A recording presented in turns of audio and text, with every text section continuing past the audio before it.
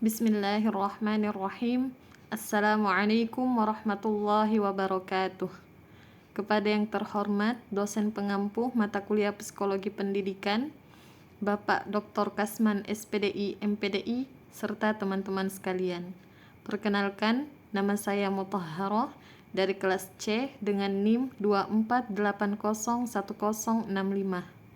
Insya Allah, pada kesempatan ini saya akan mempresentasikan materi psikologi pendidikan dengan topik pembahasan belajar. Semoga materi ini dapat menambah pemahaman kita tentang bagaimana proses belajar terjadi dalam dunia pendidikan.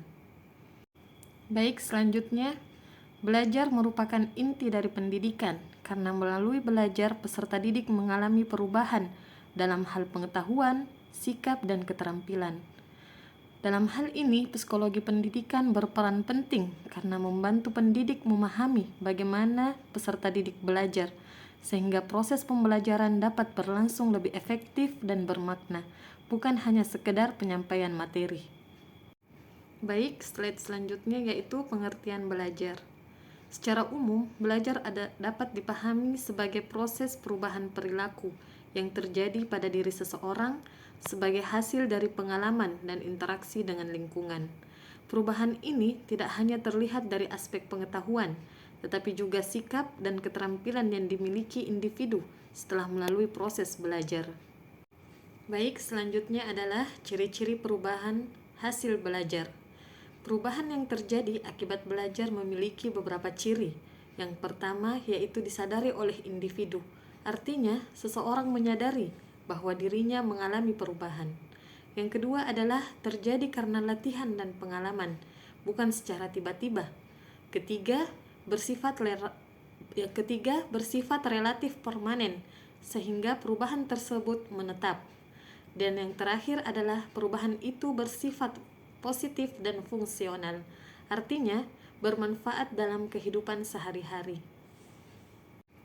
Selanjutnya adalah bentuk-bentuk belajar. Bentuk belajar dibagi menjadi 3. Yang pertama, belajar kognitif yang berkaitan dengan kemampuan berpikir, pengetahuan, dan pemahaman.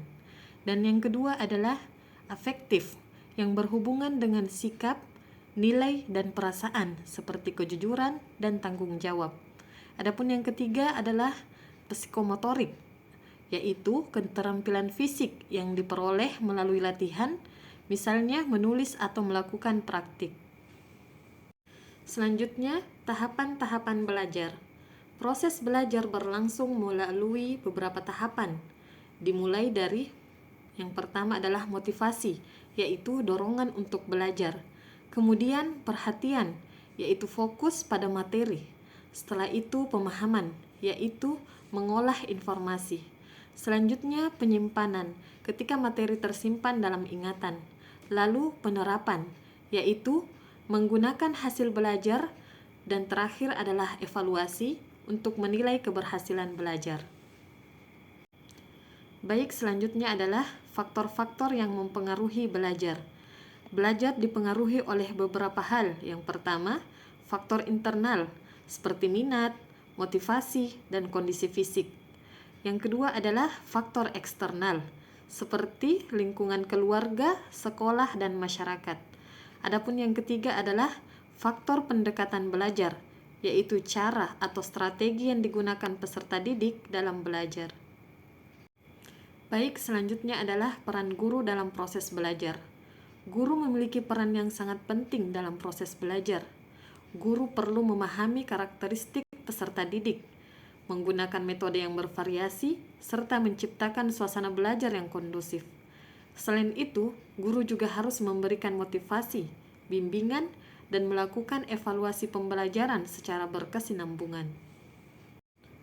Baik, sebagai kesimpulan dari presentasi saya, belajar dalam perspektif psikologi pendidikan merupakan proses perubahan perilaku melalui pengalaman dan interaksi dengan lingkungan.